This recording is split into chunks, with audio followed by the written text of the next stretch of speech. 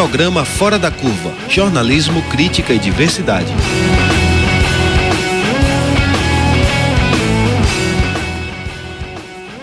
Bom dia, ouvinte da Universitária FM 99.9 MHz e também para quem nos acompanha pela Universitária AM 820 kHz. São 11h30. Começa agora o Fora da Curva, o seu programa que fala o que a maioria cala. Eu sou Adriana Santana, professora de comunicação da Universidade Federal de Pernambuco, e hoje eu tenho o prazer e a sorte de trazer às ondas do rádio um tema que não pode nunca sair da memória dos brasileiros. Porque não podemos, não devemos nos esquecer da ditadura. Estamos também ao vivo com transmissão via streaming pelo facebook.com/programa Fora da Curva. Você já pode participar do programa de hoje, enviando sua pergunta, seu comentário pela nossa página do Fora da Curva no Facebook e também pelo telefone aqui da Rádio Universitária. Estamos no Recife, 8138795454. Em meio a um mar de desmontes e de notícias tão negativas, também no momento em que integrantes das Forças Armadas têm a disfarçatez de sugerir o retorno do regime militar e não são sequer punidos por isso, o programa Fora da Curva tem a honra de discutir sobre a entrega do relatório final da Comissão da Memória e da Verdade, Dom Helder Câmara. Esse relatório foi entregue na última segunda-feira. A comissão foi instituída em 2012, investigou e trouxe novamente à tona as violações aos direitos humanos cometidas pela repressão de 1946 a 1988, com destaque para o período da ditadura civil-militar aqui no Brasil. São 2 volumes com mais de 400 páginas cada volume, fruto de 5 anos de trabalhos intensos. Mais de 170 depoimentos foram colhidos e houve acesso a documentos até então secretos. O relatório, para além da sua extrema relevância histórica e para a preservação da memória, aponta o nome de culpados por crimes de sequestro, tortura e morte, indica conclusões de casos e também deixa recomendações. Segundo o relatório, foram 51 pessoas mortas e desaparecidas pelo regime militar apenas no estado de Pernambuco ou envolvendo pernambucanos que estavam em outros locais aqui do Brasil. Para apresentar o relatório, para falar também sobre os passos futuros indicados por essa comissão, já está aqui conosco no estúdio Socorro Ferraz, que é professora de História da UFPE, integrante da comissão. Também conosco aqui no estúdio da Universitária FM, Manuel Moraes, que é professor de Direito da Universidade Católica e, igualmente, a Socorro integra a Comissão da Memória e da Verdade, Dom Helder Câmara. Também conosco o jornalista Lécio Portela, da Marco Zero Conteúdo, que participa da nossa entrevista. Bom dia, Socorro. Bom dia, Manuel. Bom dia, Laécio. Bom dia, Adriana. Prazer estar com vocês. Bom dia a todos. Eu queria começar a perguntar a ti, Socorro, o que é que os pernambucanos, o que é que nós, brasileiras e brasileiros, precisamos saber sobre a ditadura civil-militar e que o relatório tornou público, tornou oficial pela primeira vez? Bom dia aos ouvintes, e eu quero responder essa questão dizendo que o relatório tornou público toda uma história que é de Pernambuco, mas é também do Brasil. E essa história se desenvolveu, ela se processou durante a ditadura.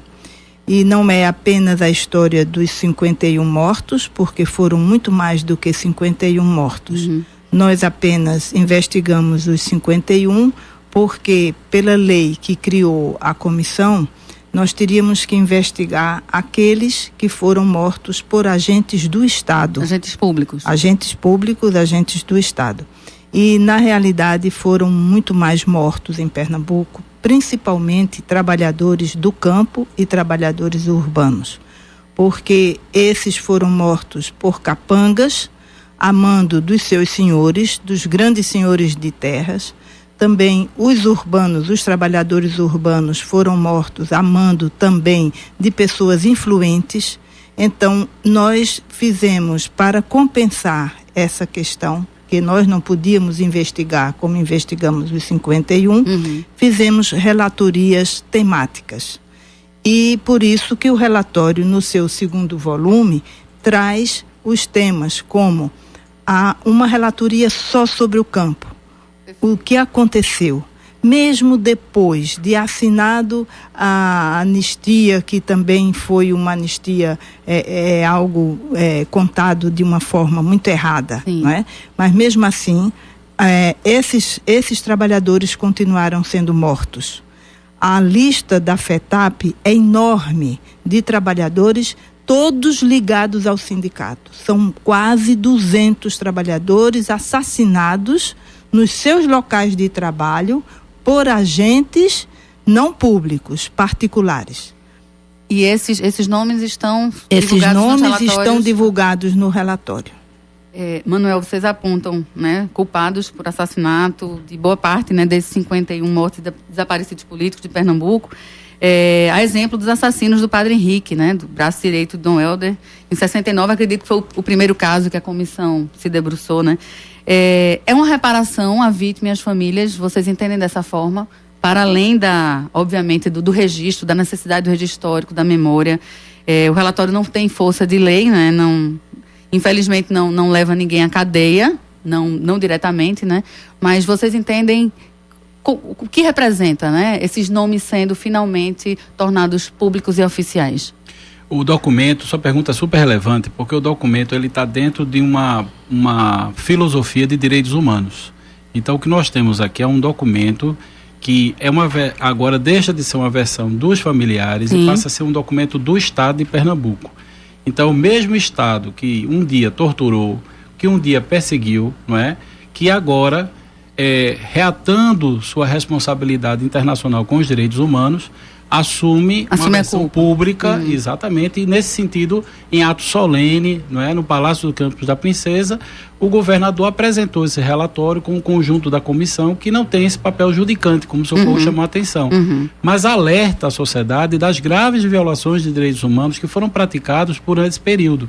Ou seja, o que o relatório alerta é que uma ditadura é tudo que representa de autoritarismo. Quer dizer, uma ditadura é o cerceamento da liberdade de comunicação, é o fechamento dos sindicatos, é a retirada dos partidos, da liberdade de expressão dos meios de comunicação. É um conjunto de políticas repressoras. Né? Quer dizer, então, por isso as temáticas. Então, a tentativa de apresentar nos cadernos temáticos a gravidade de um regime autoritário, né? O que significa o medo instalado. Então, tem pessoas que tiveram muito medo em depor 40 anos depois. Esses mais de 170 depoimentos que vocês escolheram, né? Pessoas que tiveram medo, pessoas que se sentiram pela primeira vez ouvidas. Vocês escutaram vítimas ou familiares e testemunhas, uma série de pessoas envolvidas. Isso, porque nós somos regidos por um documento internacional, que é o Protocolo de Istambul, que orienta os trabalhos das comissões da verdade. Então, houve todo um cuidado com essas pessoas. Nós temos um provimento que orienta os trabalhos da comissão, de como essas pessoas seriam ouvidas. As audiências, quando eram publicizadas, nós tínhamos todo um cuidado para o depoimento dessa pessoa ser tomada sem nenhum constrangimento. Sim, sem dúvida. Não é? Então, ao nosso ver, é uma reparação, sim, na medida em que essas pessoas foram ouvidas, na medida em que a narrativa delas, o texto da vida delas, agora passa a ser um documento público. E esse documento, ao nosso ver, agora passa por uma segunda etapa. A etapa seguinte é a etapa da responsabilização. Daí porque nós falamos de justiça de transição, que para além da reforma de missões, para além da reparação financeira, pecuniária, é preciso também que haja justiça. E o Ministério Público deverá, de posse desse relatório, analisar juridicamente se cabe ou não, ao seu entender, a judicialização de alguns casos. O que ainda é possível. É possível, claro. Em que medidas, em que situações, por exemplo? Porque a violação de direitos humanos é imprescritível. A tortura é imprescritível. É crime de lesa humanidade. E o Brasil é signatário de vários tratados de direitos humanos e também já foi condenado por conta, por exemplo, do desaparecimento forçado. Sim. Não é? O caso da guerrilha do Araguaia, 70 guerrilheiros foram mortos e seus corpos nunca foram entregues. Como aqui no estado de Pernambuco nunca foi entregue o corpo de Fernando Santa Cruz, de Eduardo Collier, Davi Capistrano. As famílias seguem sem certidão de óbito. Né? Portanto, esse crime, exatamente, esse crime de desaparecimento forçado é um crime que não prescreve porque é um crime permanente. Até que seja entregue o corpo, aí sim você tem um processo de prescrição.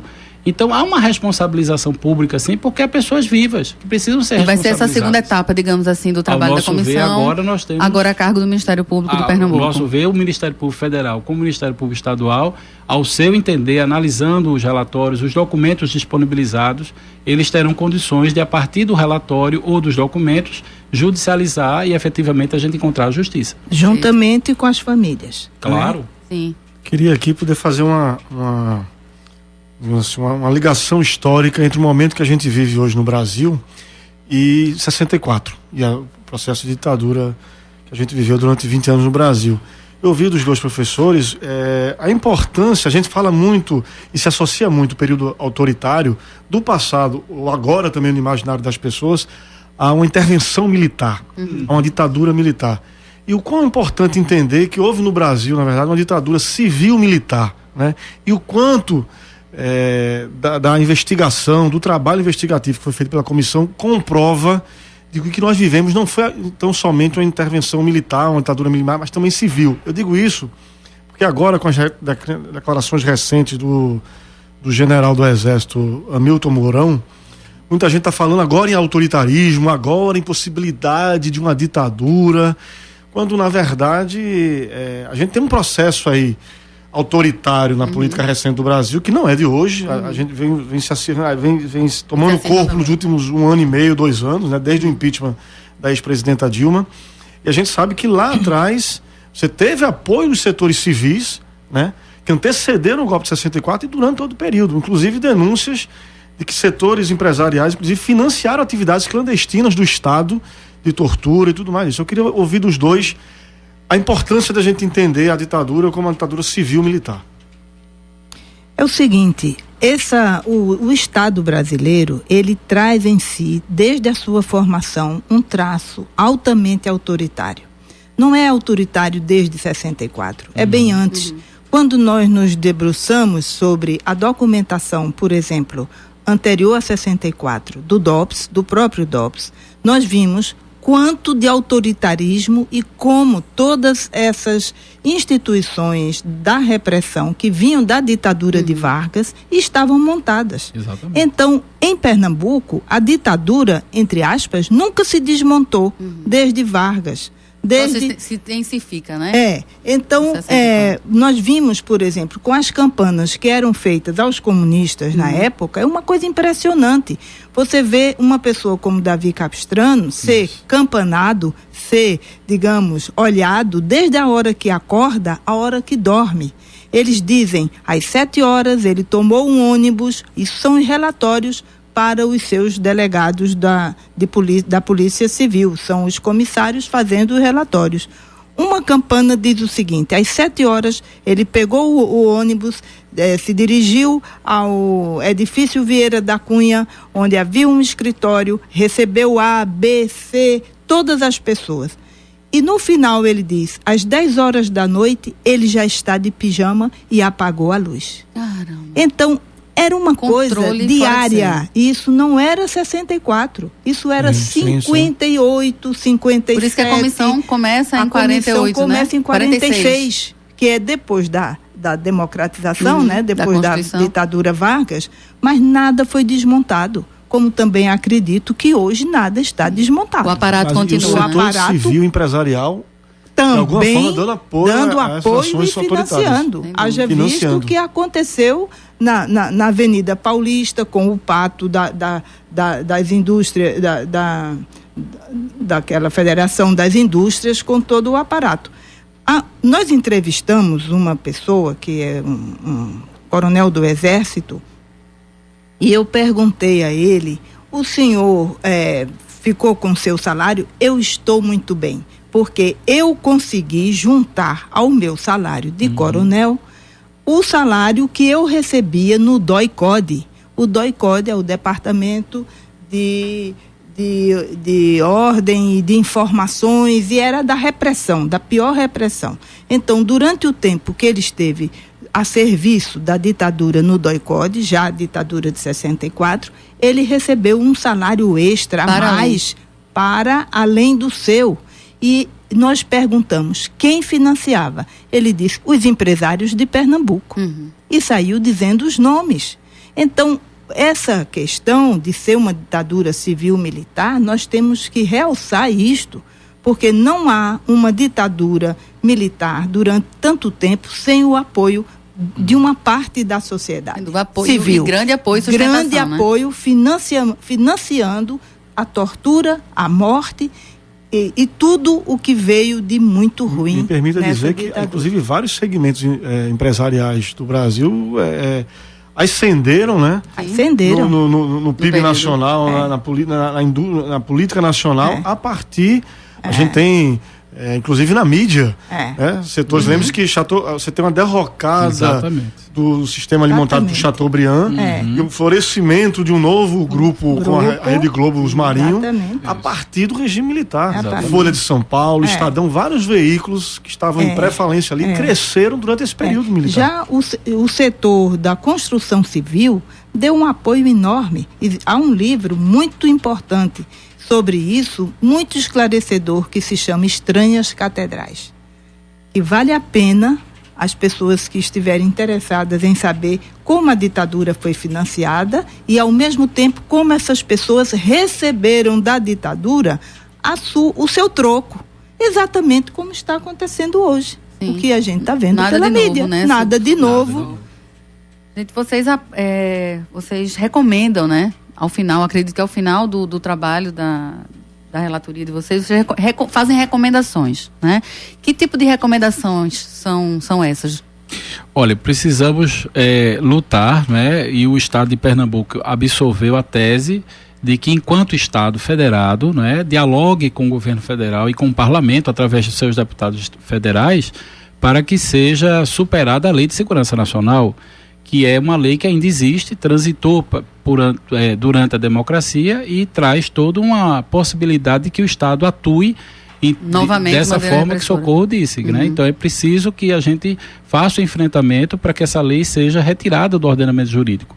A outra importante recomendação é a questão da desmilitarização da polícia, não é? Que é um tema importante enquanto princípio. Porque a polícia militarizada, ela ocupa o espaço da segurança pública numa lógica de guerra, numa lógica de ocupação militar. E hoje é interessante que, veja, o próprio praça, o soldado da polícia militar, ele já entende que desmilitarizar não é perder a farda. É, na verdade, caminhar para um processo de profissionalização da segurança pública, não é? Que a gente, inclusive, tem debatido aqui. Sim. A comissão incorporou isso como recomendação. Nós temos a temática do campo com a recomendação sobre as guias camponesas, né, Socorro? Que é a construção do memorial. Nós temos uma recomendação que é a construção de um memorial de toda essa luta camponesa lá no antigo Engenho Galileia, onde começou todo um trabalho, toda uma reação contra o latifúndio, não é? E é possível, porque o governo do estado já se interessou, já houve uma visita a essa região e nós estamos aguardando que essa recomendação realmente se torne uma realidade. Uma realidade. E uma recomendação que eu queria por último chamar a atenção é que nós pedimos ao Estado que encaminhe formalmente para o STF o relatório para que sirva ao Supremo Tribunal Federal para que sirva de subsídio para que seja votado os embargos de declaração, não é, sobre a DPF 153. Explica melhor, Manuel. É uma ação constitucional que se julga a partir de uma norma, que é a lei da anistia. Então a ação direta de preceito fundamental foi feita pela OAB, questionando os Supremos a validade ou não da lei da anistia. Porque a anistia anistiou todo mundo, né? Quem não devia. E criou no judiciário, a partir de uma primeira... Não anunciou a lei. É isso que a gente quer chamar a atenção. Isso é muito importante. É isso que a gente quer chamar a atenção no pedido de ser julgado essa DPF, quer dizer, os embargos de declaração. Porque o Supremo entendeu que a lei da anistia é constitucional. E ao entender que a lei da anistia é constitucional, obstruiu os processos de justiça de transição no Brasil. Entendi. Porque os militares entram com habeas corpus e a partir dessa decisão do Supremo é entendido que os crimes de lesa humanidade também foram anistiados. O problema é que o Brasil, posteriormente, foi condenado na Corte Interamericana exatamente por não ter entregado os corpos dos guerrilheiros. E lá nessa decisão da Corte Interamericana foi entendido que a nossa lei da anistia fere princípios graves de direitos humanos. Então, para o sistema internacional, a lei da anistia é alta anistia. Ou seja, os militares deram a eles uma carta branca. Sim, habeas corpus eterno, né? Exatamente, portanto, ilegal, internacionalmente falando. Então, cabe ao Supremo modificar esse entendimento. E nosso entendimento é que o nosso relatório, como o relatório da Comissão Nacional da Verdade, como os demais estados também têm suas comissões e estão apresentando seus relatórios, nós acreditamos que esse esforço é coletivo, não é?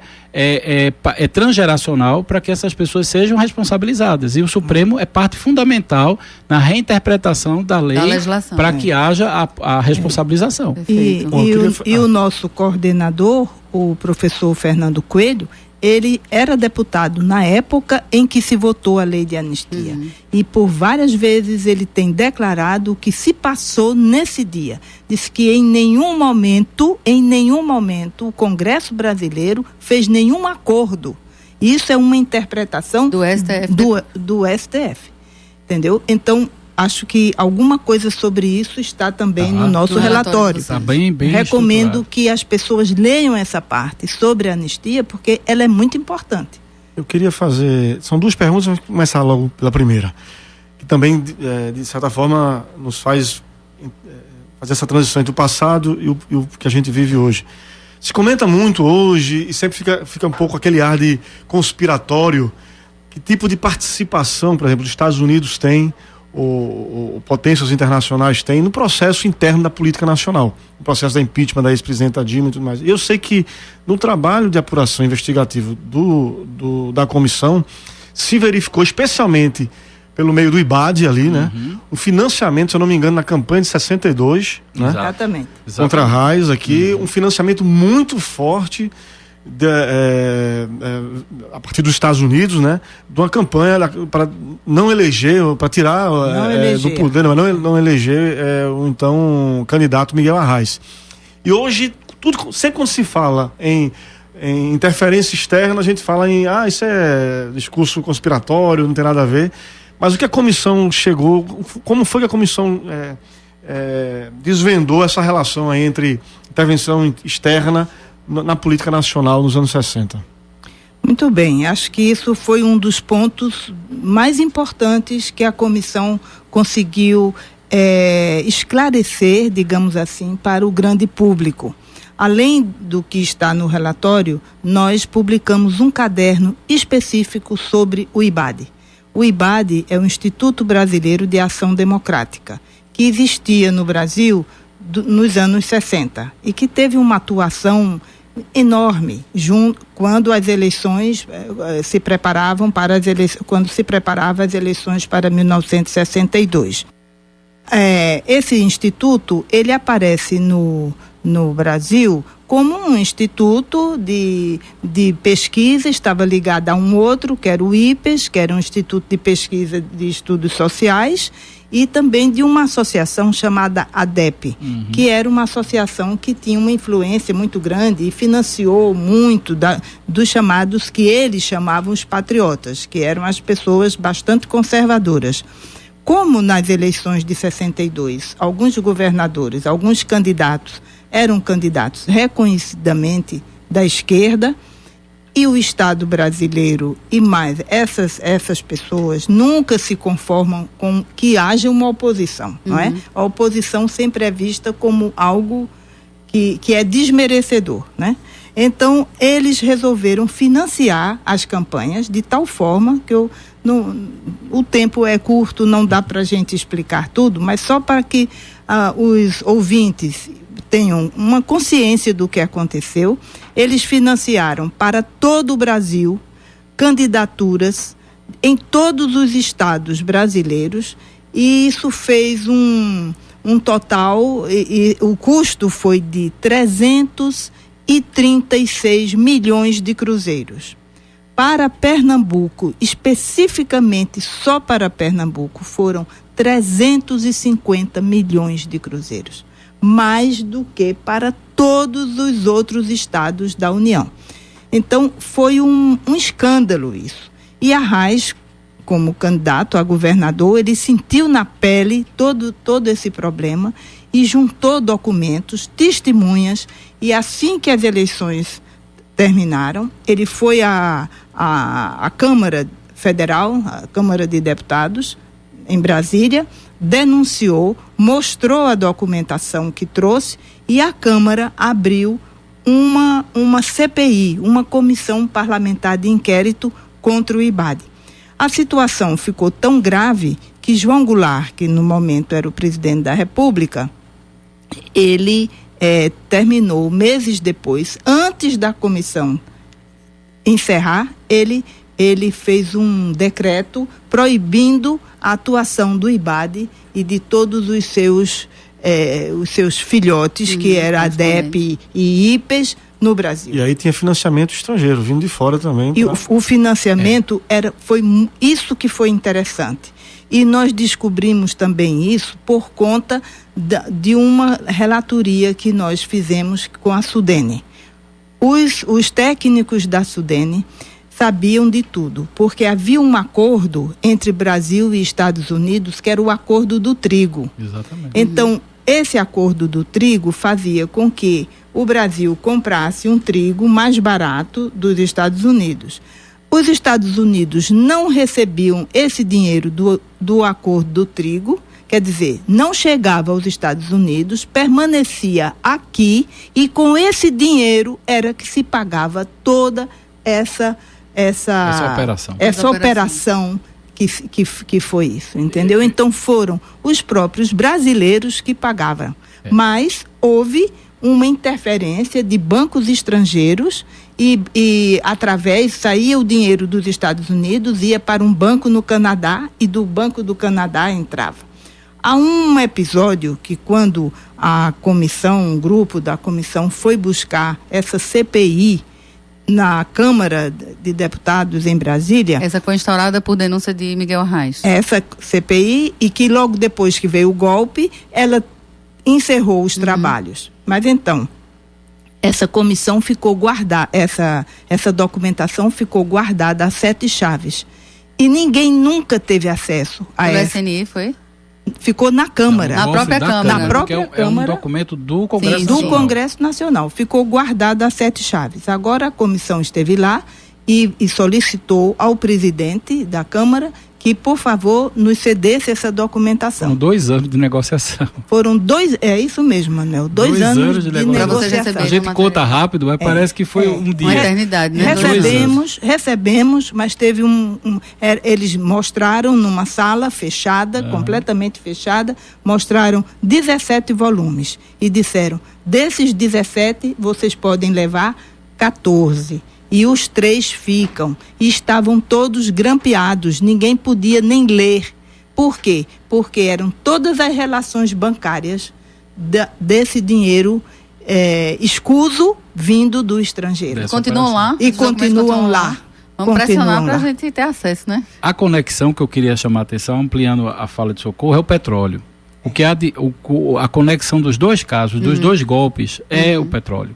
Então você tinha, por trás de toda essa operação do IBAD, uma articulação internacional que financiada pela Shell, o principal agente, não é? Ele era um ex-executivo da Shell que atuava aqui no IBAD. E no contexto do Brasil atual, nós temos o pré-sal.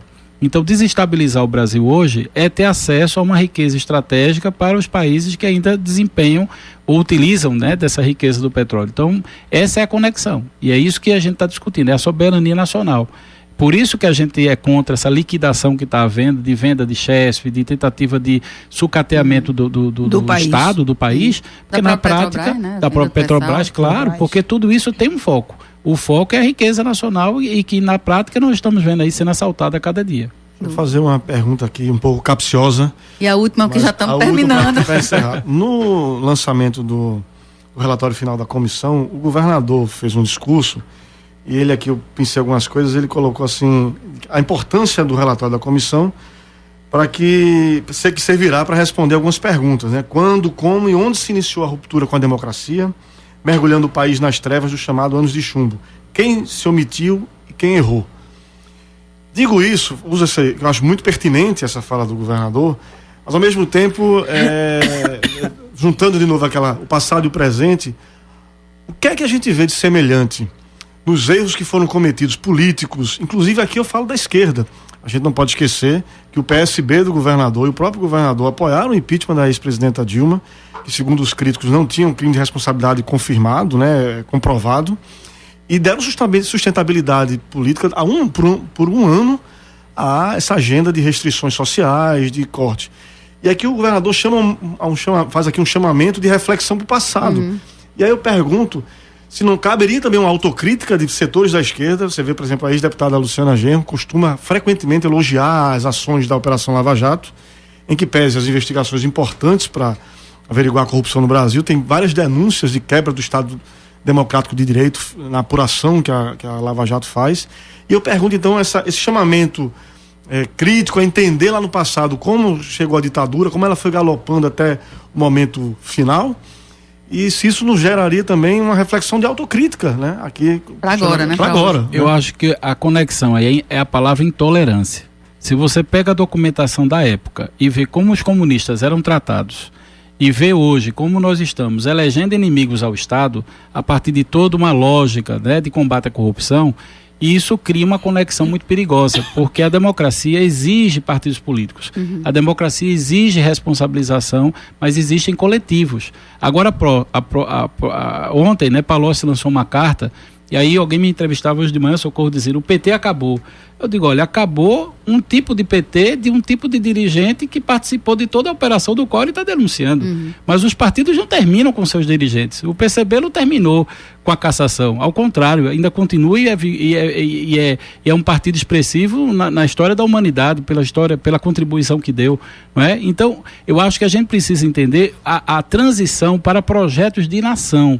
O que está faltando ao país, e esse é o grande, Socorro chama sempre a atenção disso, é a necessidade de que o que a gente está retratando aqui é um crime de lesa humanidade contra a Sudene, que tinha um projeto de nação, tinha um projeto de país. Então, quando você tem uma ditadura, um desmonte de lideranças políticas que foram construídas pela base, com lideranças populares, lideranças operárias, lideranças do campo. Então, o cerceamento dessa tradição partidária custou muito caro para os partidos que nós temos hoje. Então, se nós tivéssemos tido, o Socorro sempre chamou a atenção disso na comissão, se nós não tivéssemos tido uma ditadura ela atrasa culturalmente um país, atrasa socialmente, atrasa, não é só... veja, é tão dramático a narrativa que é preciso que a gente tenha 10 programas desse para que a gente possa apresentar 10% do que representou uma ditadura no nosso país. Porque é tudo isso que a gente está vendo. Os erros que você me permite dizer é intolerância. Ser intolerante contra a política é permitir que a gente avance para a ideia de que um militar, não é, se ache na condição de tutelar a democracia.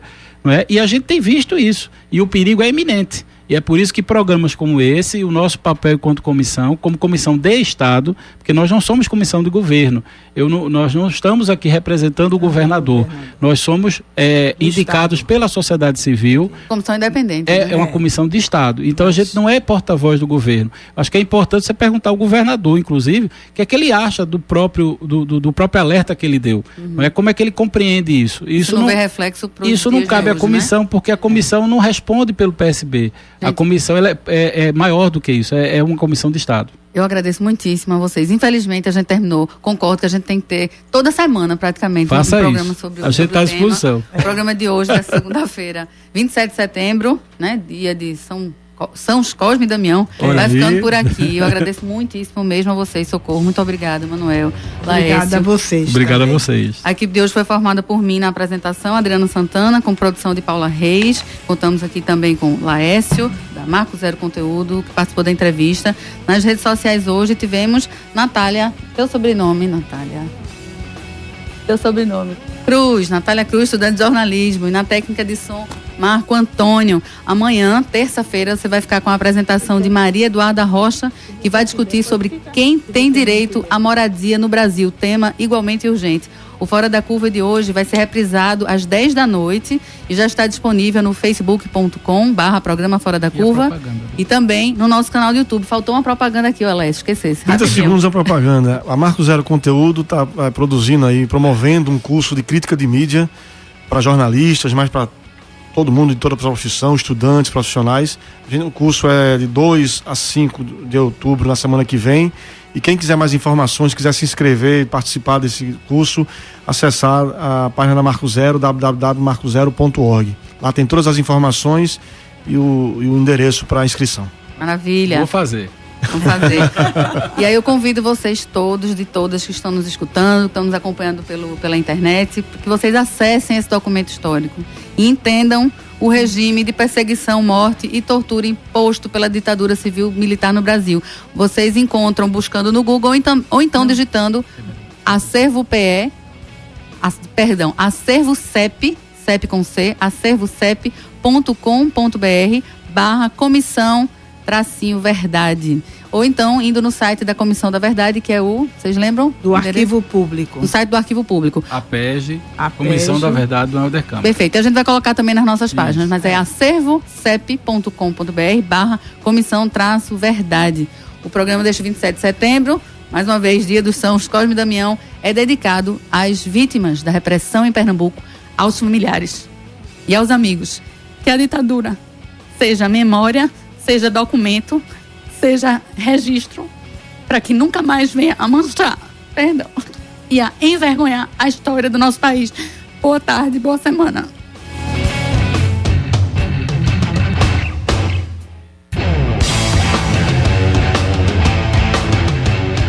O programa Fora da Curva é uma realização do Departamento de Comunicação Social com o apoio do Departamento de Sociologia, do Núcleo de Design e Comunicação do Centro Acadêmico do Agreste e do Núcleo de Rádio e TV Universitária.